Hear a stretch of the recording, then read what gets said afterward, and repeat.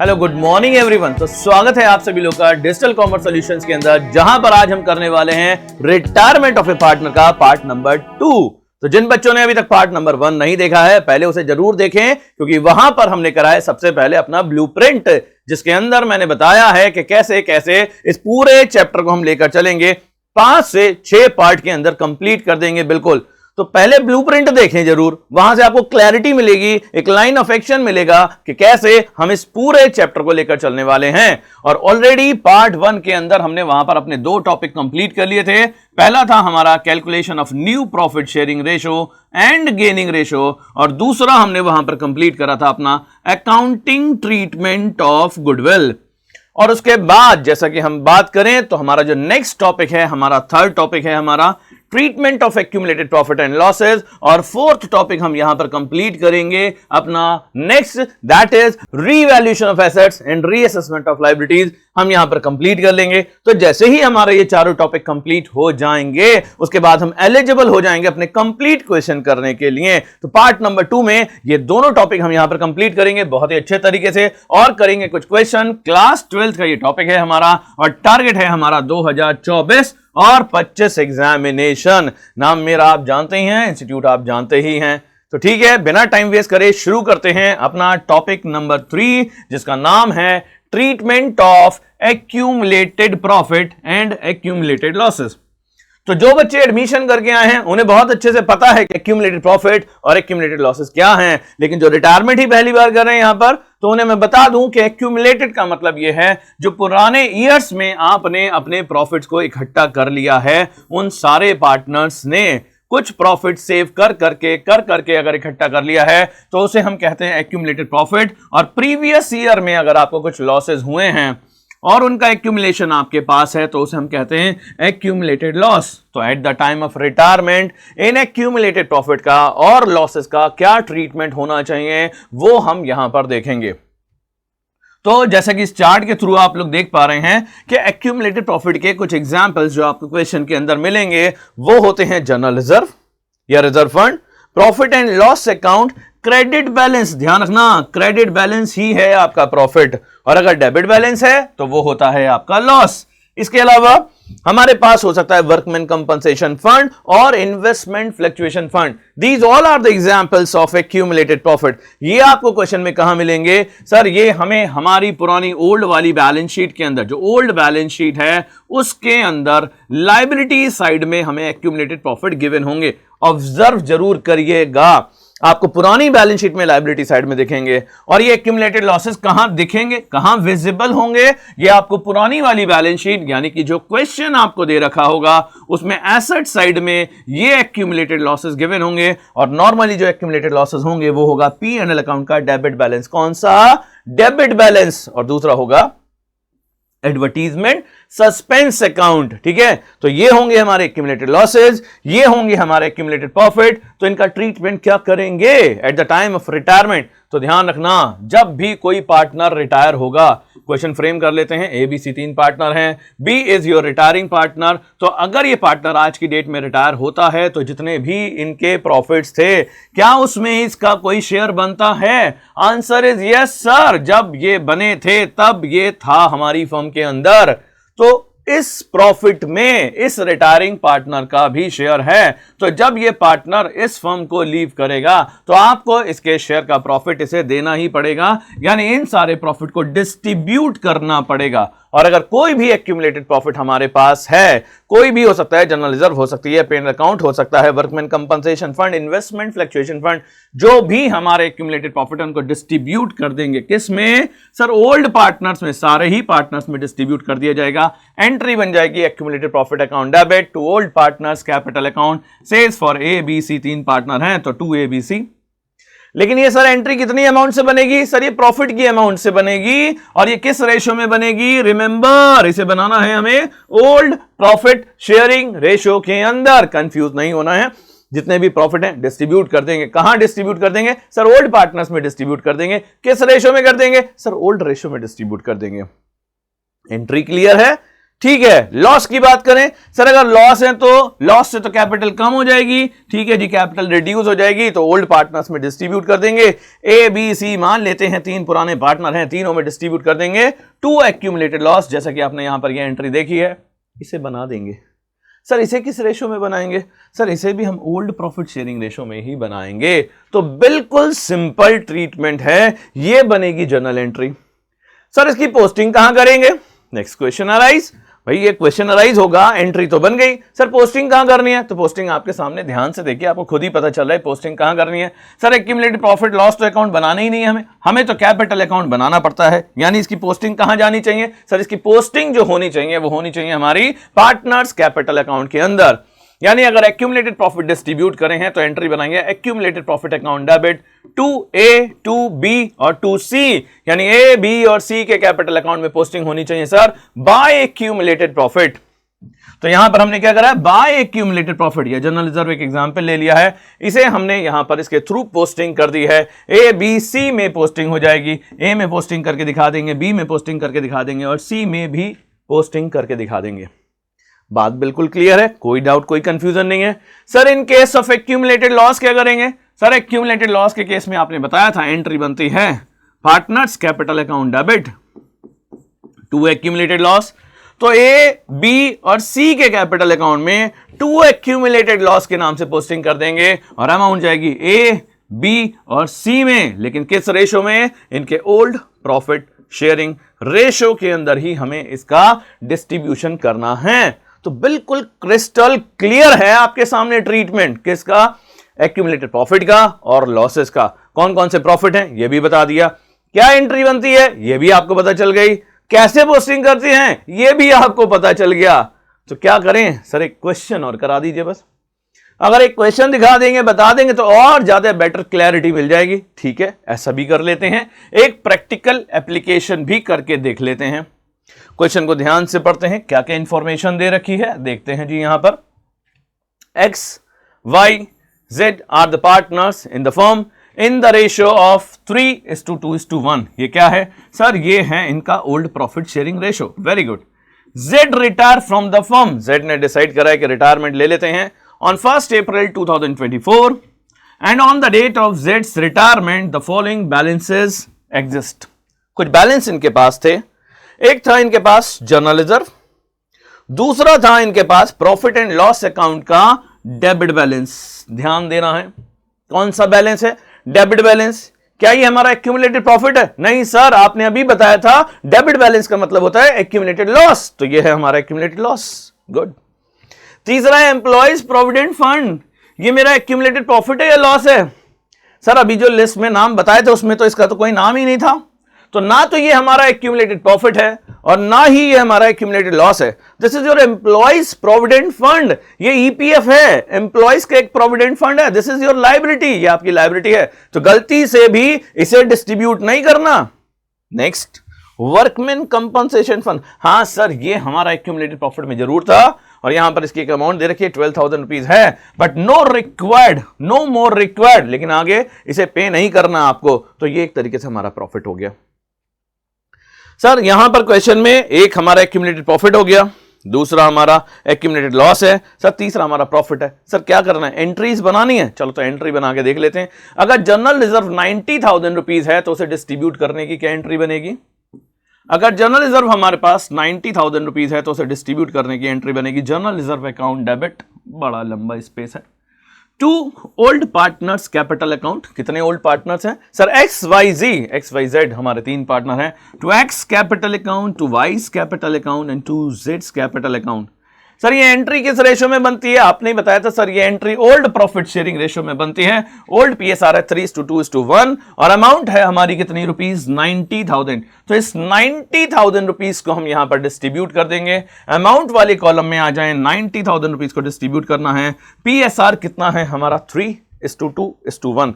Calculation करनी पड़ेगी, 90,000 को सिंपली 6 से डिवाइड करें, डिवाइडेड बाय 6, ये अमाउंट निकल कर आ गई 15,000। ये अमाउंट आ गई हमारी 15,000, ये अमाउंट हमारी आएगी 30,000 और ये अमाउंट आएगी हमारी 45,000 रुपीज।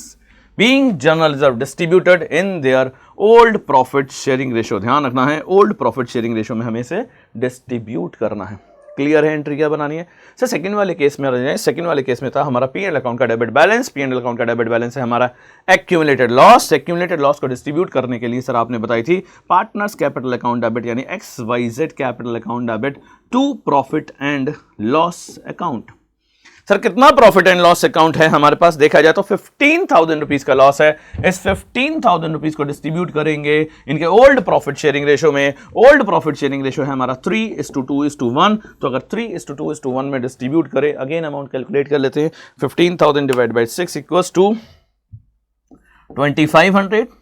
ये हो गया 5,000 और ये अमाउंट निकल कर आएगी हमारी 7,500। क्लियर है सर? एक्यूमुलेटेड लॉस को भी डिस्ट्रीब्यूट कर दिया हमने। ये भी एंट्री हमें बिल्कुल क्लियर हो गई, बिल्कुल समझ में आ गई। अब आते हैं वर्कमैन कंपनसेशन फंड पर। सर वर्कमैन कंपनसेशन रिजर्व है 12,000 रुपीज का, नो रिक्वायर्ड मोर। ठीक है, अब इसको आपको कोई पेमेंट नहीं करना, यानी कि सारा का सारा पैसा आपका डिस्ट्रीब्यूट हो जाएगा और workman compensation fund as profit आपका यहां पर डिस्ट्रीब्यूट होगा। Workman compensation fund account debit to X capital account, to Y's capital account and to Z capital account. Amount कितनी है सर? 12,000 रुपीज। 12,000 रुपीज को डिस्ट्रीब्यूट कर देंगे। पीएसआर कितना है सर? 3:2:1 इनका पीएसआर है। तो अगर उसके अकॉर्डिंग डिस्ट्रीब्यूट करें तो वह अमाउंट हमारी आएगी 6,000, 4,000 एंड ₹2,000।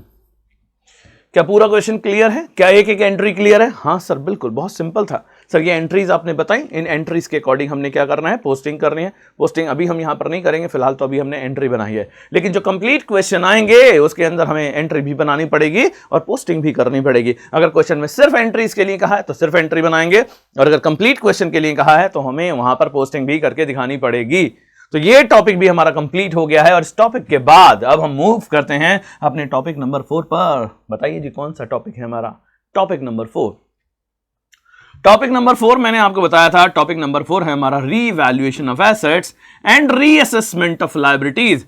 एसेट और लायबिलिटीज का रीवैल्यूएशन करना पड़ेगा eight the time of retirement. Sir जैसे एडमिशन में करा था वैसे ही रिटायरमेंट में भी करेंगे। जब भी कोई पार्टनर रिटायर होगा तो हमें एसेट्स और लायबिलिटीज को फिर से रीवैल्यू करना पड़ेगा, और जितना भी ऑन अकाउंट ऑफ दैट कोई भी प्रॉफिट या लॉस है वो इन सारे पार्टनर्स में डिस्ट्रीब्यूट करना पड़ेगा।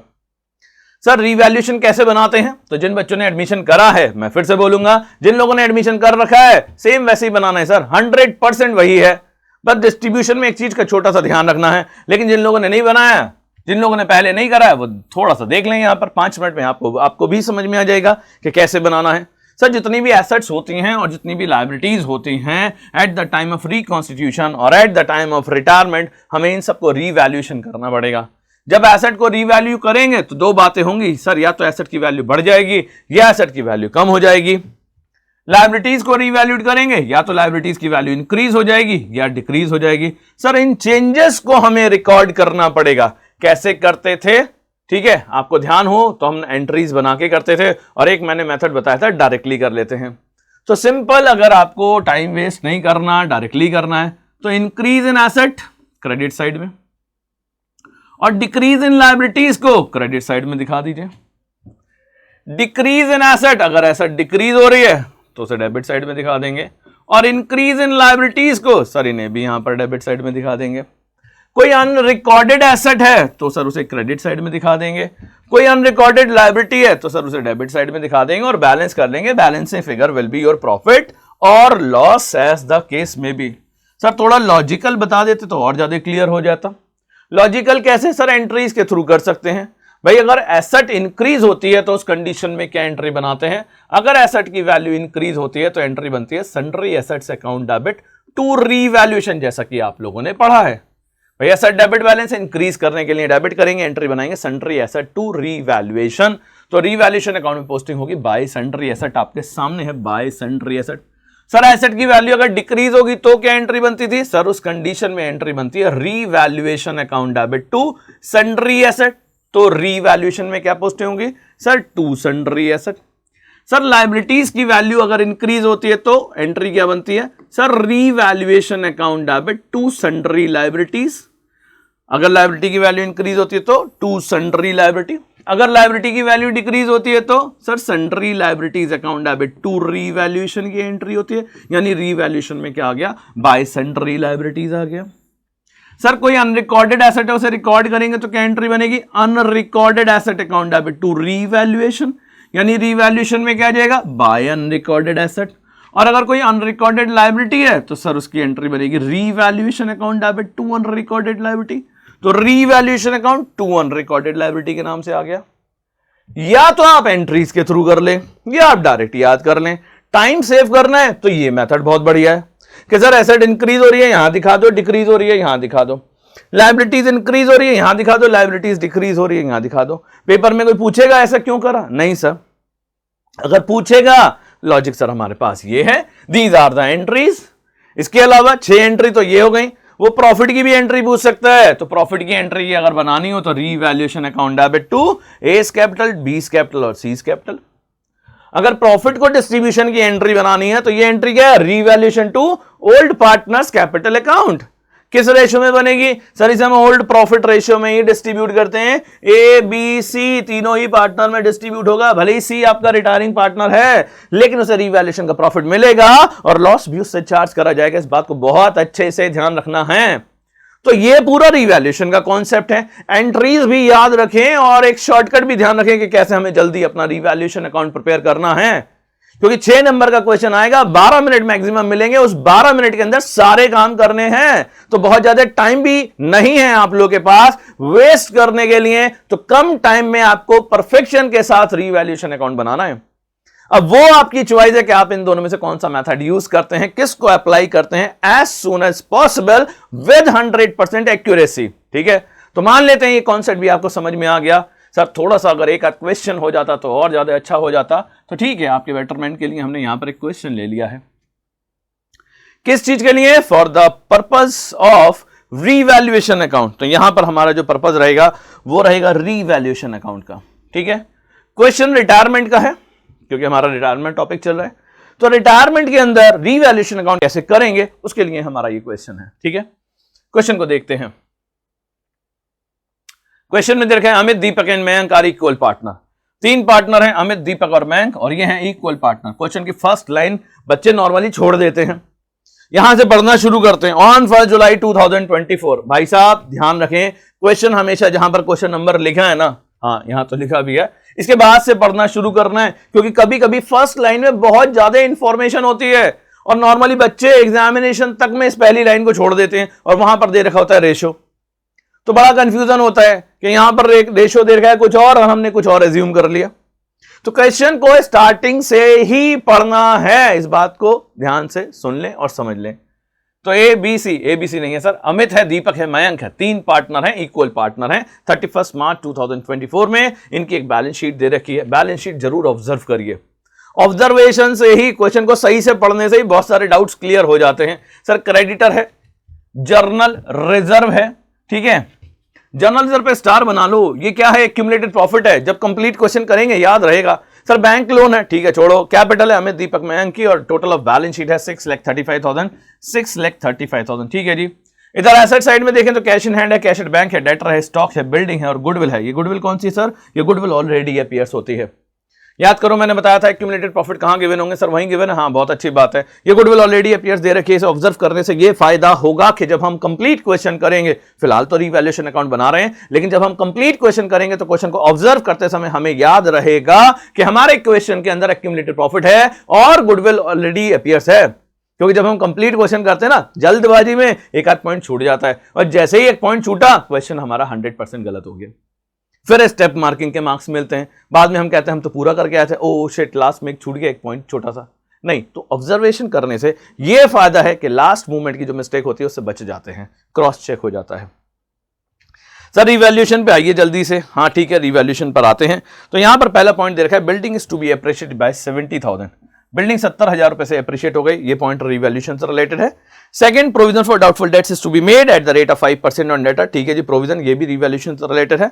Third, creditor of ₹6,000 were not likely to be claim and hence should be written off. Creditor कम हो गए आपके, इसे राइट ऑफ करना है 6,000 रुपए से, और बाकी दे रखा है for the purpose of calculating my share in the profit for the beginning of the year. तो ये जो भी है ये रीवैल्यूएशन से रिलेटेड नहीं है, ठीक है, ये पॉइंट रीवैल्यूएशन से रिलेटेड नहीं है, यानी इस क्वेश्चन के अंदर रीवैल्यूएशन से रिलेटेड हमारे 1 2 3 पॉइंट आए। सर इसकी क्या एंट्री बनाएंगे और इसका रीवैल्यूएशन अकाउंट कैसे बनाएंगे? तो यहां पर हम देख लेते हैं एंट्रीज और देख लेते हैं रीवैल्यूएशन अकाउंट। पहले कंडीशन क्या थी? Building is to be appreciated by 70,000, building को 70,000 रुपए से इंक्रीज करना है। सर अगर एंट्रीज के थ्रू देखें तो एंट्री बनेगी building account debit to revaluation account. क्या यही एंट्री बताई थी? हाँ सर यही एंट्री बताई थी। तो रीवैल्यूएशन अकाउंट में किस नाम से पोस्टिंग कर देंगे? रीवैल्यूएशन अकाउंट में बाय बिल्डिंग के नाम से पोस्टिंग कर देंगे। बिल्डिंग कितनी अमाउंट से इंक्रीज हो गई है? सर 70,000 से बिल्डिंग इंक्रीज हो गई है, ठीक है जी। Come to the second point था provision for doubtful debts is to be made at the rate of 5% on debtor. Debtor पे 5% प्रोविजन बनाना है। डेटर्स की वैल्यू देखनी पड़ेगी। डेटर्स कितने दे रखे हैं? 80,000 रुपए। लाइबिलिटी साइड भी चेक कर लेना, कभी कभी लाइबिलिटी साइड में दे रखे होते हैं प्रोविजन फॉर डाउटफुल डेट्स, लेकिन यहां पर कोई प्रोविजन ऑलरेडी गिवन नहीं है। डेटर्स की वैल्यू दे रखी है 80,000 रुपीज और डेटर पे कहा है कितने परसेंट प्रोविजन बनाना है? 5% आपको प्रोविजन बनाना है। 80,000 का 5% होता है 4,000 रुपीज। और प्रोविजन अगर बनाएंगे तो क्या एंट्री बनेगी sir? Provision is just like a liability, तो यहां पर एंट्री बनेगी revaluation account debit to provision for doubtful debts. कितनी अमाउंट से? सर 4,000 रुपीज से। 80,000 का 5% अगर कैलकुलेट करेंगे अमाउंट होगी 4,000, तो रीवैल्यूएशन अकाउंट में पोस्टिंग कर देंगे to provision for doubtful debts. कितने हैं सर? 4,000 रुपए से हमने यहां पर प्रोविजन बना दिया, ठीक है जी। तीसरे पॉइंट पर और आ जाए। थर्ड पॉइंट क्या था हमारा? Creditors of ₹6,000 were not likely to be claimed. Creditor अब क्लेम नहीं कर रहे 6,000 रुपए के, यानी क्रेडिटर्स कम हो गए या बढ़ गए? सर क्रेडिटर क्लेम नहीं कर रहे यानी कि क्रेडिटर्स कम हो गए। क्रेडिटर्स कम हो गए तो क्या एंट्री बनाएंगे sir? Creditors account debit. Creditors account debit liability है, कम करने के लिए डेबिट करना पड़ेगा टू रीवैल्यूएशन, यानी रीवैल्यूएशन अकाउंट में क्या पोस्टिंग करेंगे सर? By creditors. तो हम यहां पर पोस्टिंग करेंगे बाय क्रेडिटर्स। कितनी अमाउंट से? सर क्रेडिटर्स रिड्यूस हो गए हैं मेरे 6,000 रुपए से। 3 पॉइंट रीवैल्यूएशन से रिलेटेड थे, तीनों की पोस्टिंग मैं यहां पर कर चुका हूं through logical, through journal entries. Sir वैसे बताएं अगर जरा, तो सर अगर एसेट इंक्रीज हो रही है तो लायबिलिटीज डिक्रीज हो रही है, तो सर बिल्डिंग की वैल्यू इंक्रीज हुई थी, हाँ सर इधर दिखा दिया। लायबिलिटी डिक्रीज हुई थी, हाँ सर दिखा दिया। इधर डेबिट साइड में क्या दिखाते हैं? एसेट डिक्रीज और लायबिलिटी इंक्रीज। सर यहां लायबिलिटी बढ़ी थी, हमने यहां दिखा दी। जैसे चाहें आप कर लो। पहले स्टार्टिंग के कुछ क्वेश्चन में लॉजिकल एंट्रीज के थ्रू करना, जब एंट्रीज समझ में आ जाए बहुत अच्छे से तो डायरेक्ट करने लगना। ध्यान रखना इस बात को, बहुत टाइम सेव हो जाएगा। अब क्या करना है सर इसके बाद? कुछ नहीं सर, सारे पॉइंट हो गए, बैलेंस कर लेते हैं। 70,000 प्लस 6,000 टोटल कितना हो गया हमारा? सर टोटल हो गया 76,000। 76,000 में से माइनस करेंगे 4,000, balancing figure will be your 72,000। क्या है हमारा? ये प्रॉफिट है या लॉस है? सर ये तो प्रॉफिट है, तो ठीक है जी। प्रॉफिट है, किस किस में डिस्ट्रीब्यूट होगा? ठीक है, ये हो गया हमारा to profit and will be distributed. कौन कौन पार्टनर थे? सर अमित, दीपक और मयंक। और पार्टनर्स का रेशो क्या था? सर इनका इक्वल रेशो था। तो ये जो डिस्ट्रीब्यूट होगा किस किस में? एक अमित, एक दीपक और तीसरे हैं मयंक जी। मयंक रेशो कितना है? इक्वल। तो अगर इक्वल रेशो डिवाइड कर लें तो कितना होगा? 24,000 एंड 24,000, टोटल 72,000। क्लियर है कैसे करना है? ऑलरेडी जो बच्चे एडमिशन में कर चुके हैं उन्हें बहुत आसान लग रहा है, लेकिन जिन्होंने रिटायरमेंट में पहली बार इसे करा है उन्हें भी समझ में आएगा। ठीक है सर, एक क्वेश्चन और कर ले, देख लीजिए, कर लेते हैं। प्रैक्टिकल प्रॉब्लम 2, एक और क्वेश्चन हमने यहां पर ले लिया है। इसके अंदर फिर से हमारे पास कौन आ गए हैं? ए, बी और सी, 3 पार्टनर आ गए हैं। इन द रेशियो ऑफ 3:2:1, इनका भी रेशियो यहां पर 3:2:1 ही है। On 1 April 2014 their balance sheet was as follows. Balance sheet में क्रेडिटर है, जनरल रिजर्व है सर, स्टार बना दिया, ऑब्जर्व कर लिया, ध्यान रहेगा सर इस काम को जरूर करना है अगर अपने फाइनल एग्जाम के क्वेश्चन को ठीक करना है तो। बाकी कैपिटल अकाउंट के बैलेंसेस है 1218,000 से बैलेंस शीट मैच है। लैंड एंड बिल्डिंग है, प्लांट एंड मशीनरी है, फर्नीचर है, बीआर है, डेटर है, स्टॉक है, बैंक है, नॉर्मल चीजें दे रखी हैं। टोटल 1218,000 दे रखा है। And C is your retiring partner. कौन है सर? सी यहां पर रिटायरिंग पार्टनर है। C is your retiring partner on the date and it was agreed that, क्या क्या चीजें एग्रीड हुई हैं? पहला, machinery is to be revalued 340, machinery 340 की रीवैल्यूड हो गई है। मशीनरी की वैल्यू कितनी थी? प्लांट एंड मशीनरी की वैल्यू थी 2,95,000, कितनी रीवैल्यूड हो गई सर? 340, यानी इंक्रीज हुआ है। रीवैल्यूएशन में जाएगा? हाँ सर बिल्कुल जाएगा। सेकंड पॉइंट है, creditors are to be paid ₹3,000 more, creditor को अब 3,000 रुपए ज्यादा देना है। Creditor are to be paid 3,000 more, यानी लायबिलिटी इंक्रीज हो रही है, इसे भी देखेंगे। रीवैल्यूएशन में जाएगा? हाँ सर बिल्कुल जाएगा। थर्ड पॉइंट दे रखा है, make a provision on debtor eight the rate of 10% on debtor, और डेटर पे कितना प्रोविजन बनाना है? 10% प्रोविजन बनाना है। देख लो पहले कोई प्रोविजन तो नहीं बना हुआ एसेट साइड में या लायबिलिटी साइड में? सर पहले कहीं भी नहीं दे रखा, ठीक है। तो यहां पर क्या करना है सर? एंट्रीज बनाते हैं और रीवैल्यूएशन अकाउंट बनाते हैं। 3 पॉइंट यहां पर आए हैं क्योंकि लास्ट पॉइंट क्या दे रखा है? The total amount payable to C was that is related with the capital account, ठीक है। तो यहां पर रीवैल्यूएशन से रिलेटेड हमारे सिर्फ 3 पॉइंट आए हैं, इन 3 पॉइंट की ट्रीटमेंट करना है और हमें बनाना है अपना रीवैल्यूएशन अकाउंट। पहला पॉइंट देखते हैं क्या था। पहला था, machinery is to be revalued 340, machinery कितने की थी? प्लांट एंड मशीनरी 295 की थी, अब 3,40,000 हो गई, यानी मशीनरी की वैल्यू इंक्रीज हो गई हमारी। कितनी वैल्यू से इंक्रीज हो गई सर? 40,000 ये हो गए, 5,000 वो वाले थे, यानी 45,000 से मशीनरी की वैल्यू इंक्रीज हो गई।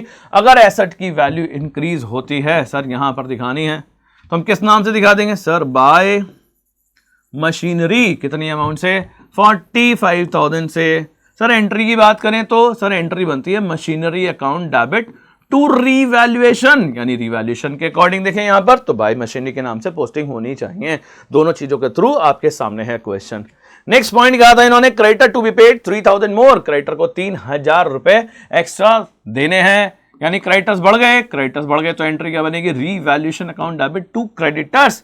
तो रीवैल्यूएशन अकाउंट में क्या पोस्टिंग कर देंगे? टू क्रेडिटर्स 3,000 रुपए से। सर आपने बताया था asset increase, asset decrease, liabilities increase, liabilities decrease, liability increase हुई है, यहां आना चाहिए था, आ गया सर, एंट्रीज के थ्रू भी आ गया। नेक्स्ट पॉइंट है, make a provision on debtor eight the rate of 10%, debtor पे 10% प्रोविजन बनाना है। डेटर्स कितने? 90,000 पे 10% प्रोविजन बनाएंगे। एंट्री बनती है sir revaluation account debit to provision for doubtful dates.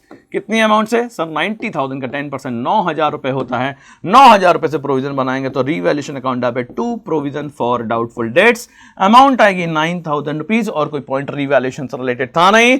45,000 rupees credit side में है, 45,000 रुपीज में से माइनस करेंगे कितना? 9 + 3 12,000, 45,000 माइनस 12,000, 45 माइनस 12, सर इतनी सिंपल कैलकुलेशन भी यहां से? हाँ जी, 45 माइनस 12,000 अगर मैं यहां पर कर दूं, वो डिफरेंस कितना निकल कर आया है? 33,000 रुपीज मेरा यहां पर निकल कर आया है। 33,000 मेरा क्या हो गया सर? ये मेरा डिविजिबल प्रॉफिट हो गया, ये मेरा डिविजिबल प्रॉफिट हो गया। इस प्रॉफिट को, यानी ये जो मेरा प्रॉफिट है, इसे डिस्ट्रीब्यूट कर दूंगा। कितने पार्टनर्स हैं मेरे? A, B, C, रेशियो कितना है? 3:2:1। तो 33,000 को हम यहां पर डिस्ट्रीब्यूट करेंगे A, B और C के अंदर। PSR हमारा कितना है सर? PSR है हमारा 3:2:1। तो अगर 33,000 को मैं यहां पर डिस्ट्रीब्यूट करूं, 33,000 डिवाइडेड बाय 6, ये वैल्यू निकल कर आएगी मेरी 5,500 रुपीज इंटू 2, 11,000 रुपीज, और 5,500 ऐड कर लें तो ये वैल्यू निकल कर आएगी 16,500। बात समझ में आई कैसे हमने रिवैल्यूएशन को बनाया? बिल्कुल सिंपल तरीके को यूज करा। 2 मेथड मैंने बताए हैं, एक डायरेक्ट और दूसरा थ्रू द एंट्रीज। एंट्रीज में टाइम थोड़ा सा ज्यादा लग सकता है, लेकिन कॉन्सेप्ट क्लैरिटी एंट्री में ज्यादा मिलेगी। तो यहां पर हमारा दूसरा टॉपिक भी कंप्लीट हो चुका है। अब इसके बाद जो हमारा नेक्स्ट पार्ट होगा, पार्ट नंबर 3, जिसके अंदर हम क्या करेंगे? इसके अंदर हम करेंगे अपने complete question related with the revaluation account. Revaluation account बनाना पड़ेगा, पार्टनर्स कैपिटल अकाउंट बनाना पड़ेगा, बैलेंस शीट बनानी पड़ेगी, और उस टाइप के बहुत ज्यादा इंपॉर्टेंट क्वेश्चन हम उसके अंदर कवर करेंगे जो कि फाइनल एग्जामिनेशन के अंदर आएंगे। और इसके अलावा जो अगले पार्ट होंगे उसके अंदर हम एडजस्टमेंट ऑफ कैपिटल और बहुत सारे इंपॉर्टेंट क्वेश्चन कवर करेंगे जो टारगेट करेंगे हमारे 2024 और 25 के एग्जामिनेशन को। तो ध्यान रखें, वीडियो अगर अच्छा लगा हो तो लाइक जरूर करें, शेयर जरूर करें, सब्सक्राइब जरूर करें चैनल को। आगे आने वाले अच्छे वीडियोस आपको यहीं पर मिलेंगे। तो मिलते हैं अपने नेक्स्ट लेक्चर के अंदर, रिटायरमेंट ऑफ ए पार्टनर के पार्ट 3 के अंदर बहुत ही जल्दी। Thank you very much, have a nice day.